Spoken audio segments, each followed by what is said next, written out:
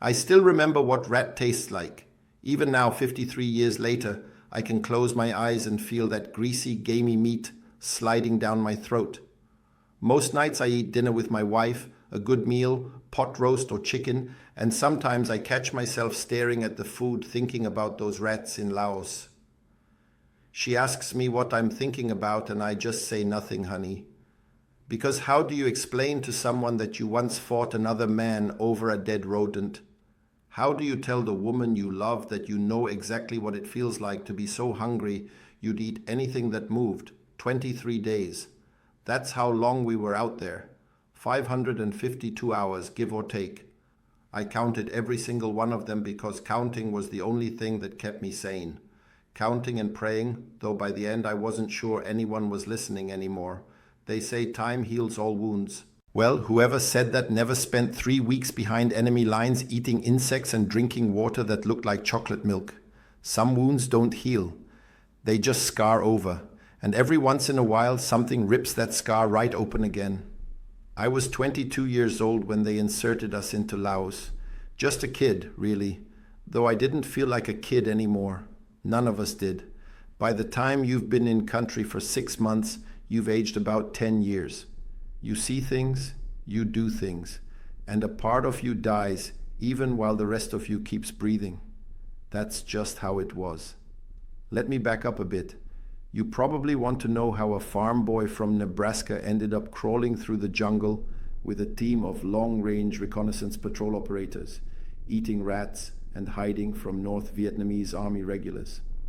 Well, it's not the kind of story that makes much sense, but then again, nothing about that war made much sense. I grew up outside of Lincoln. My daddy had 160 acres of corn and soybeans, and I spent my whole childhood assuming I'd take over the farm when he got too old to work it. That was the plan. Graduate high school, maybe take some agricultural classes at the community college, marry a local girl, have some kids, grow old watching the seasons change over those same fields my grandfather had plowed. The draft changed all that. I got my letter in the spring of 1968. I remember my mother crying at the kitchen table and my father just sitting there with his jaw set, not saying anything. He'd been in the Pacific during World War II, Guadalcanal and Okinawa, and I think he knew better than anyone what I was about to face. He never talked about his war, not once, and now I understand why. Some things are too heavy to put into words. Basic training at Fort Polk was brutal, but it was nothing compared to what came after. I tested well on aptitude, and they pulled me aside one day and asked if I wanted to volunteer for something special. They called it the Recondo School, Long Range Reconnaissance Patrol Training, LRRP, though we pronounced it LRRP. They told me it was dangerous work, that the casualty rates were higher than regular infantry, but they also told me it was important. Small teams, 6 men, inserted deep into enemy territory to gather intelligence. Eyes and ears of the division, they said. I don't know why I said yes. Maybe I was too young and stupid to understand what I was signing up for. Maybe I wanted to prove something to myself, or to my father, or to God. Maybe I just liked the idea of being part of something elite. Whatever the reason, I raised my hand, and that decision changed everything. The training was 3 weeks of pure hell. They ran us until we collapsed, then ran us some more. They taught us how to move silently through the jungle, how to set up ambushes, how to call in artillery and airstrikes. They taught us how to survive on almost nothing, how to read a map and a compass in total darkness, how to communicate with hand signals because a single spoken word could get you killed. They taught us that in LRRP you didn't fight unless you had to. Your job was to see without being seen, to report and disappear like ghosts. By the time I finished Recondo school, I thought I was ready for anything. I was wrong. Nobody is ever ready for what happens when everything goes sideways and you're 100 kilometers from friendly lines with no way to call for help. Our team leader was a staff sergeant named Wilson. I'm not going to use his full name because I never got permission from his family. And even after all these years, I feel like I owe him that respect. Wilson was 31 years old, which made him ancient by our standards. He'd done 2 tours already, and he had this calm about him that made you feel like everything was going to be okay, even when you knew it probably wasn't. He was the kind of leader you'd follow into hell, which is exactly what we did. There was Kowalski, our point man. He was from Chicago, a skinny kid with quick eyes who could spot a tripwire from 20 feet away. There was Davis, our radio man, a big guy from Georgia who carried that heavy PRC-77 radio like it weighed nothing. There was Martinez, our rear security, a quiet guy from Texas who barely talked but never missed a thing. And there was Thompson, the assistant team leader, a corporal from California who was always cracking jokes to keep our spirits up. 6 men. That was our whole world out there. 6 men against whatever the jungle and the enemy could throw at us. The mission briefing came in November of 1968. I remember it was raining, that constant monsoon drizzle that soaked through everything and never seemed to stop. The intelligence officer pulled down a map of Laos, and my stomach dropped. Laos. We all knew what that meant. Officially, we weren't supposed to be there. The war in Laos was secret, a whole other conflict that the American public didn't know about. But the Ho Chi Minh Trail ran through Laos, and that trail was the artery that kept the North Vietnamese forces supplied. If we wanted to understand enemy movements, we had to go where the enemy was. The target was a suspected NVA staging area about 30 kilometers inside Laos. Our mission was to observe and report, find out how many troops were moving through, what kind of supplies they were carrying, where they were going. Get in, spend 4 days watching, get out. Simple on paper. Nothing about that mission was simple. The insertion happened at dusk. A Huey dropped us in a small clearing on a ridge, and I swear we were on the ground for maybe 30 seconds before the helicopter was gone, the sound of its rotors fading into the distance until there was nothing but jungle noise. That's a feeling I'll never forget. That moment when the bird leaves and you realize you're completely alone, that the next friendly face you see will be 4 days from now if everything goes according to plan. Everything did not go according to plan. We moved through the night, slow and careful, stopping every few hundred meters to listen. The jungle at night is not quiet. It's full of sounds, insects and animals, and the wind moving through the canopy, and your job is to separate those normal sounds from the sounds that mean danger. A snapping twig, a voice carried on the breeze, the metallic click of a weapon. You learn to hear everything, and that hyper-awareness never really leaves you. Even now I can be sitting in my living room and hear a car door close down the street, and my heart rate spikes, just for a second. Just enough to remind me that part of my brain is still back there, still listening. By dawn we'd covered about 8 kilometers. We found a hide site on a small hill with good cover and settled in to rest. That's how it worked in LRRP. Move at night, hide during the day, never stay in one place too long.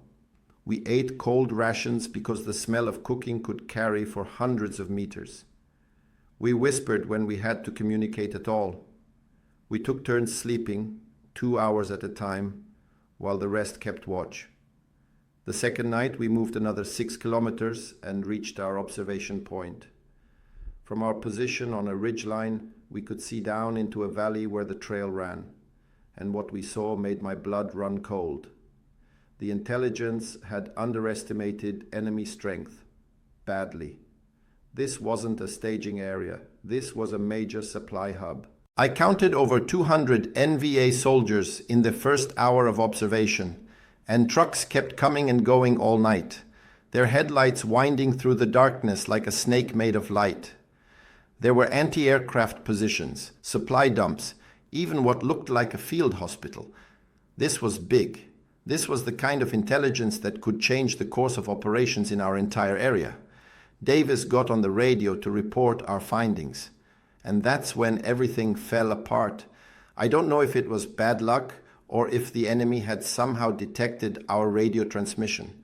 What I know is that at approximately 0300 hours on our third night in Laos, we heard movement below our position. A lot of movement. Wilson signaled us to freeze, and we lay there in the dark, barely breathing, while flashlight beams swept the jungle below us. They were searching. Systematically, methodically, working their way up the ridgeline toward our position. Maybe they'd heard something. Maybe they'd detected our radio signal. Maybe a villager had spotted us and reported our position. It didn't matter how they knew. What mattered was that they knew. Wilson made a decision. We had to move immediately, and we had to move quiet. He signaled the extraction route, an alternate path we'd identified during planning that would take us north toward a secondary landing zone. We started moving, and for about 10 minutes I thought we might make it. Then Thompson stepped on something. I don't know if it was a landmine or a booby trap or just a twig that snapped louder than it should have. What I remember is the sound, a crack that echoed through the night like a gunshot, and then everything happened at once. Muzzle flashes in the darkness, the crack of AK-47 rounds passing over our heads, shouting in Vietnamese, and Davis, our radio man, going down hard with a sound I still hear in my nightmares. Wilson was yelling for us to run. Martinez was returning fire, covering our retreat. I grabbed Davis and started dragging him, not knowing if he was alive or dead, just knowing I couldn't leave him. Kowalski was on point, crashing through the jungle now, no time for stealth anymore, just speed. Thompson was behind me, helping with Davis, and I could hear Martinez's rifle going silent, which meant he was either out of ammunition or dead. We ran for maybe 100 meters before Wilson called a halt. We needed to assess, to figure out what was happening. And that's when I looked at Davis and realized two things. First, he was alive, but barely. A round had caught him in the shoulder, bad but survivable if we could get him to a medic. Second, the radio on his back had taken at least 3 rounds. It was destroyed, completely, irreparably destroyed. That radio was our lifeline. It was our only way to call for extraction, to report our position, to let anyone know where we were. Without it, we were ghosts. We didn't exist. No one was coming to rescue us because no one knew we needed rescuing. Wilson took a long moment to look at that shattered radio. I could see him working through the problem in his head, calculating our options, and I could see the exact moment when he realized how bad things were.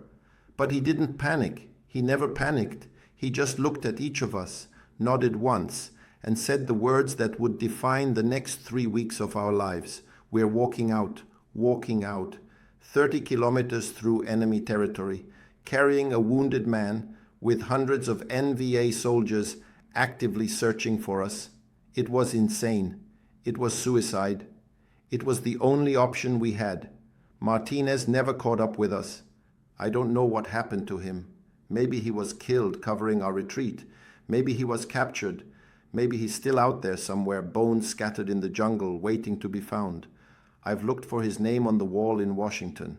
I've searched records. He's listed as MIA, missing in action, which means his family never got closure, never got a body to bury, never got to say goodbye. That eats at me more than almost anything else from those days. He died saving us, and I couldn't even bring his body home. So now we were 5. Wilson, Kowalski, Thompson, Davis, and me. Davis was in bad shape, drifting in and out of consciousness, and we had to carry him. We took turns, 2 men supporting him while the others kept watch. It slowed us down terribly, but leaving him behind was never an option. That's not how LRRP worked. That's not how we worked. The first few days were the worst because we were still in the thick of the search area. NVA patrols were everywhere, and we had to move like shadows, freezing whenever we heard anything, sometimes lying still for hours while enemy soldiers walked within meters of our position. I remember one time, the 3rd day I think, When a patrol stopped to rest, maybe 20 feet from where I was hidden under a bush, I could see their boots, could hear them talking and laughing, could smell their cigarette smoke. I barely breathed. I thought about all the things I'd never done, never gotten married, never had kids, never told my father I understood why he never talked about his war. I prayed in my head, not real words, just a feeling, a desperate hope that they wouldn't look too closely at that bush. They moved on after about 30 minutes. I lay there for another hour before Wilson signaled it was safe to move. We were running out of food by day 4. LRRP rations were designed for short missions, and we'd already consumed most of what we carried. Water was a different problem. It was monsoon season, so water was everywhere, but clean water was another story. We drank from streams and puddles, straining it through our shirts, hoping we wouldn't get sick. Some of us did anyway. By the second week, I had dysentery so bad I was leaving a trail of bloody stool everywhere I went. Thompson had some kind of jungle rot on his feet that made every step agony. Davis's wound was getting infected, turning colors I'd never seen human flesh turn, smelling like something dead. But the hunger was the worst. You don't know what hunger really is until you've experienced it. I'm not talking about skipping lunch or fasting for a day. I'm talking about your body starting to consume itself, your muscles wasting away, your mind getting foggy and slow. I'm talking about cramps so bad you curl into a ball and cry. I'm talking about looking at anything, absolutely anything, and wondering if you can eat it. By day 7, we were eating insects, grubs pulled from rotting logs, beetles, ants, anything with protein. You crush them up so you don't have to feel them moving in your mouth, and you try not to think about what you're doing. You just chew and swallow and tell yourself it's keeping you alive. By day 10, we ate our first rat. Kowalski caught it with his bare hands, fast as a striking snake, and Wilson cut its throat with his knife. We didn't cook it, couldn't risk a fire. We ate it raw, splitting the meat between the 5 of us, and it was the best thing I'd ever tasted. That's not an exaggeration. When you're starving, a raw rat tastes like steak. Your body is so desperate for calories that it doesn't care about texture or taste or the knowledge that you're eating a rodent that probably had diseases. It just wants fuel. After that, rats became our primary food source. We got good at catching them, learned to find their trails, and set simple traps. Some nights we caught 2 or 3, and those were good nights. Some nights we caught nothing, and those nights were harder. I think about those rats a lot. I think about how quickly civilization stripped away from us, how fast we went from soldiers to animals. In the real world, the world I'd left behind, eating a rat would have been unthinkable. In the jungle, it was survival. It was all that mattered. And I learned something about myself out there, something I'm not entirely proud of. I learned that I would do almost anything to stay alive, almost anything. The jungle itself was trying to kill us in 100 different ways. There were leeches that found every inch of exposed skin and some inches that weren't exposed. There were mosquitoes that carried malaria and other diseases. There were snakes, some of them deadly venomous, and we had no antivenom. There was the rain, constant and relentless, that kept us soaked and cold at night. There was the mud, thick and sucking, that swallowed your boots and made every step a battle. And there was the terrain, endless ridges and valleys, steep enough to kill you if you lost your footing. We moved slowly, maybe 2 or 3 kilometers on a good day, sometimes less than 1 on bad days. Davis was getting weaker, and his wound had turned gangrenous. The smell was terrible, a sweet rotting odor that attracted flies and turned my stomach. Wilson made a decision on day 12 that probably saved Davis's life and definitely haunted all of us afterward. He cut away the infected tissue with his knife, no anesthesia, no sterile conditions, just raw field surgery while the rest of us held Davis down, and he screamed into a rag stuffed in his mouth. I don't know how Wilson knew what to do. Maybe he'd seen it done before. Maybe he just guessed. But when he was finished, the wound looked cleaner, and the smell got a little better, and Davis started to rally. Slowly, but he rallied. The psychological toll was as bad as the physical toll. You don't sleep right when you're being hunted. Every sound becomes a threat. Every shadow might be an enemy. Your brain gets stuck in fight or flight mode, and it just stays there, hour after hour, day after day, until you feel like you're going crazy. I remember thinking at one point that maybe I was already dead, that this was hell, and I was condemned to walk through this jungle forever, hungry and scared and alone. But I wasn't alone. That was the only thing that kept me going. The 5 of us, we became closer than brothers. When you share that kind of suffering with someone, when you watch them eat raw rat and drink muddy water and keep putting one foot in front of the other even though everything in them wants to give up, you form a bond that nothing can break. I would have died for any of those men. I think they would have died for me. We talked sometimes when we felt safe enough, when we'd found a good hide site and the jungle was quiet. We talked about home, about the things we missed, hot showers, clean clothes, real food, a bed that wasn't wet and full of bugs. Thompson talked about his girlfriend, a girl named Sarah who was waiting for him in San Diego. He was going to marry her when he got home, he said. He was going to buy a little house by the beach and never leave California again. Kowalski talked about his mother's cooking pierogies and kielbasa and things I'd never heard of but sounded amazing. Wilson didn't talk much about himself, but once late at night he told us about his daughter. She was 3 years old and she'd never seen him. He'd been deployed before she was born and he hadn't been home since. He kept a picture of her in his pocket, a black and white snapshot that was so worn from handling you could barely make out the features, and sometimes I'd catch him staring at it with an expression that made my chest hurt. Those conversations were precious. They reminded us that there was another world out there, a world of love and warmth and safety, a world worth fighting to return to. They reminded us that we were still human, even when everything around us was trying to strip that humanity away. By day 17, we'd covered maybe 20 kilometers. We were still inside Laos, but we were getting closer to the border, closer to friendly territory. And then our luck ran out again. We walked into an NVA base camp. Just walked right into it, too exhausted and foggy to notice the signs. 1 minute we were pushing through dense jungle. The next minute we were in a clearing with thatched huts and cooking fires and soldiers staring at us with expressions of absolute shock. There was a moment of frozen silence, just a heartbeat where everyone was too surprised to react. And then Wilson opened fire and we were running again, crashing through the jungle, bullets snapping past our heads, shouts and chaos behind us. Thompson went down. I saw it happen. A burst of automatic fire caught him in the back and he just crumpled. No dramatic fall, no last words, just there 1 second and gone the next.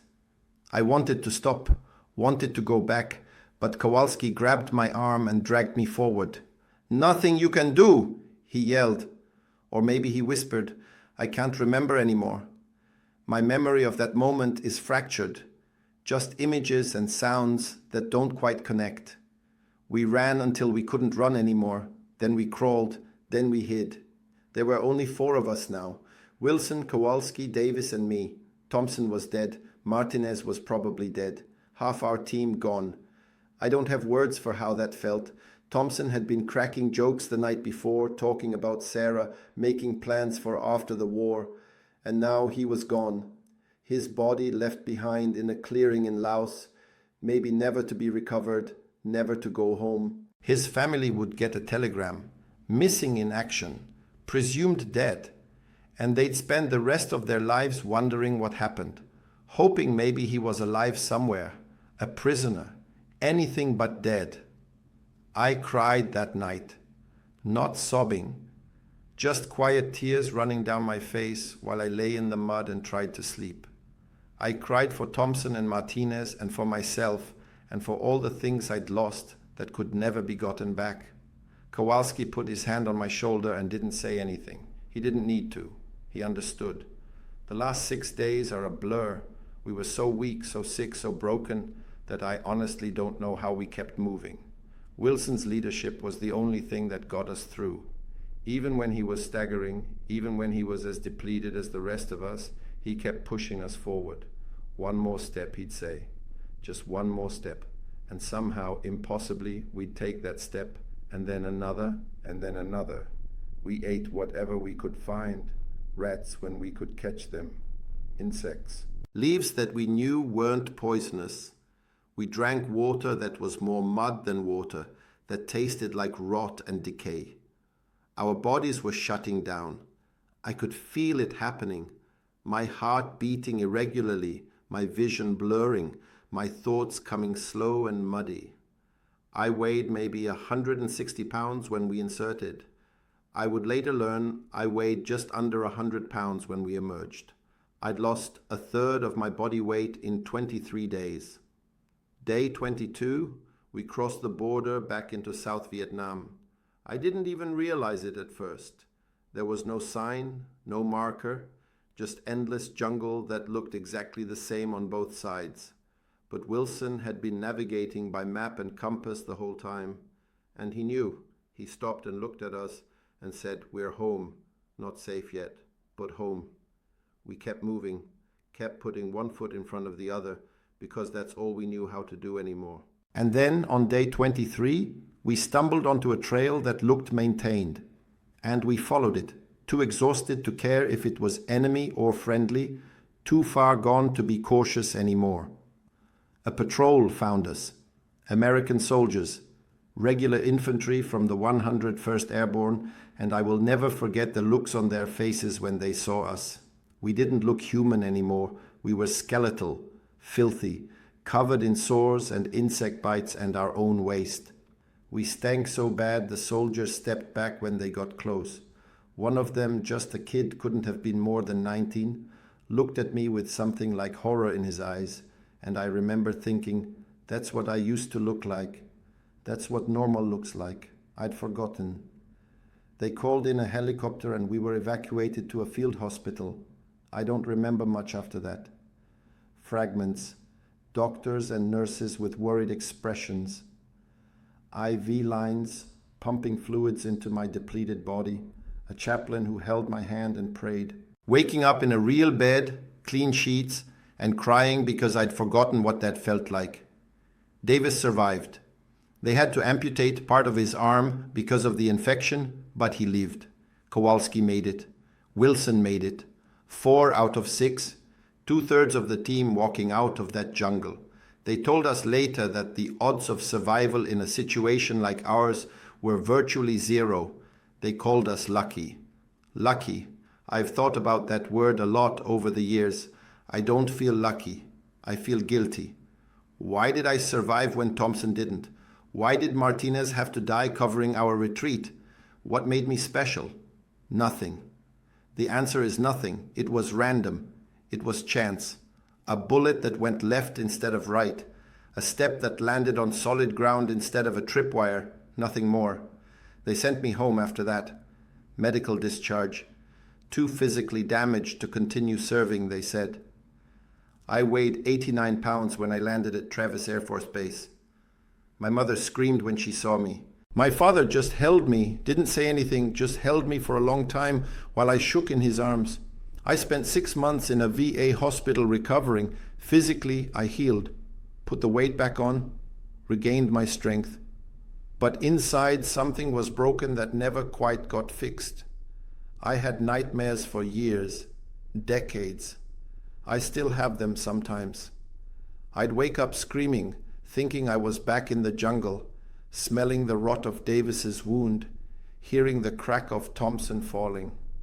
My wife learned to wake me gently, to speak softly and remind me where I was. She saved me in ways she'll never fully understand.